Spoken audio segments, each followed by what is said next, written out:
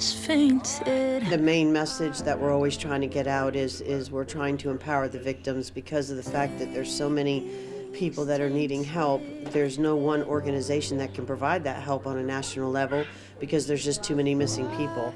So I think in that part that we're trying to get that message out is offering that free training and that support and that guidance for people that are in need of being able to take that long journey on with their missing person. Even when my strength is thirst, I'll praise you. Even when Communities must come together to provide support to families that suffer the loss of missing loved ones and the victims that crime leaves behind. when it's hard to find the words louder than I sing your praise. I will only sing your praise.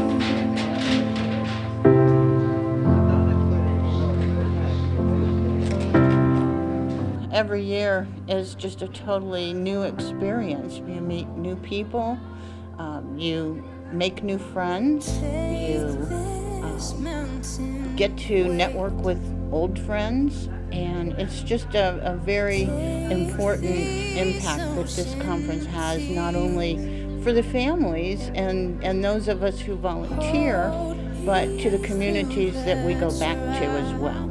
And I'm here at the Q conference to learn as much as I can about missing persons and all of what goes on. I can't believe that there's this beautiful community and everyone's in need and everyone is so nice and friendly, and it's just really touching, and I am so blessed to be a part of this, and I couldn't think of a better way to spend these past couple of days than around these people who are hurting, but they're also looking for hope and healing.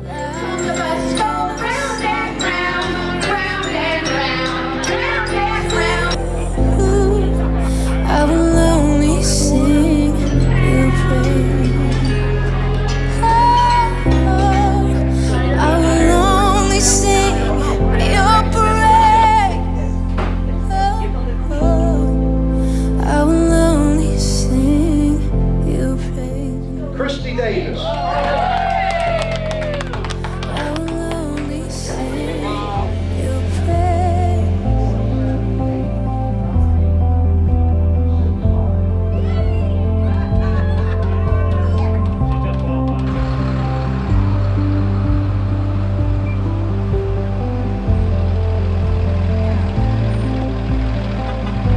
So it is with great pleasure we present the second annual Canine Service Award. And my heart burns on the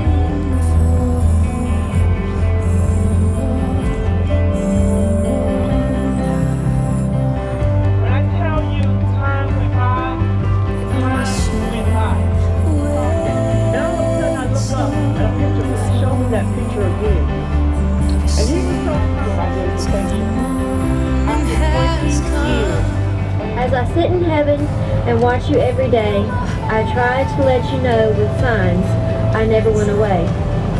I hear you when you're laughing and watch you as you sleep. I even place my arms around you to calm you as you sleep. I see you wish the days away, begging to have me home. So I try to send you signs so you know you are not alone. Don't feel guilty that you have life that has denied to me. Heaven is truly beautiful, just you wait and see. So live your life, laugh again, enjoy yourself, be free. Then I know with every breath you take, you'll be taking one for me. Please light the candle for Charlie Osterman. Please light the candle for William Kellogg. your praise.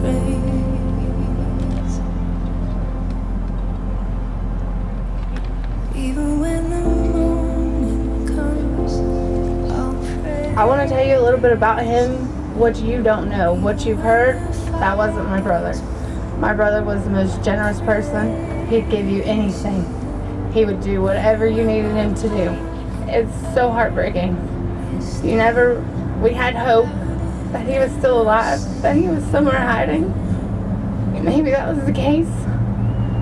The day they found him was the hardest day of my life. But I do want to say thank you to the Q team, the most amazing people, the ones that recovered him, and a big thank you to the detectives. My dad, well, I'll just start with how he was a pillar, not a pillar of the community. He was a part of the community. That's how we knew that he was missing. My dad walked. He lives in a very small town inside McCurtain County, Oklahoma, and he was always seen walking around. And people just started asking. They hadn't seen him in a while. It was the Texas team and the Florida team. They decided to stay and just do one more search that morning. And it was that morning they found my father's remains. I built his coffin, or his box, his burial box, and I finally got to bury my father. But I found a lot of closure in that, and I know that it wouldn't be possible if it wasn't for the Q team. When Q Center asked us to pay tribute, I said yes right away without asking any questions, and I realized I had to figure out what I was going to say when I got here. But I think a big part of this is telling a story about my dad, because we always have to remember that these faces on these flyers all have a story. They all have a family that loves them, and we can never forget that. Dad was the light of our lives. No matter what chapter we look back to, he was a huge part of the story. When we were little,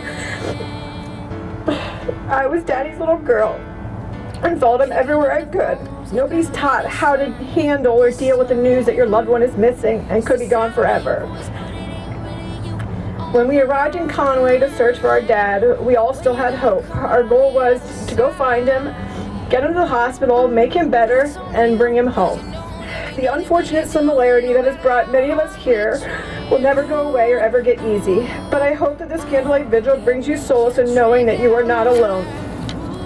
For those of you who have a loved one that is no longer with us, know that you are loved. Your support system is tremendous, and your loved one will never be forgotten. Losing someone is a hard thing. Having a missing person is a hard thing. When I was 6, I realized what a scary, horrible world we lived in. That took away the mother to my cousins. That took away my grandfather's daughter. That took away my mother's sister. And took away many people's friends. And took away my aunt. When people ask me, Emily, how did you go through all of this at such a young age? My answer is always through family, Q Center, faith, and hope. I had faith in God that He would take care of my aunt in heaven. Hope. I had hope that since this tragedy happened to me, I could take it and make it into something beautiful in my life. I understood at a young age it was my job to change my community and let them know about missing persons. We have to be the ones that support each other. We have to be the ones to educate the world.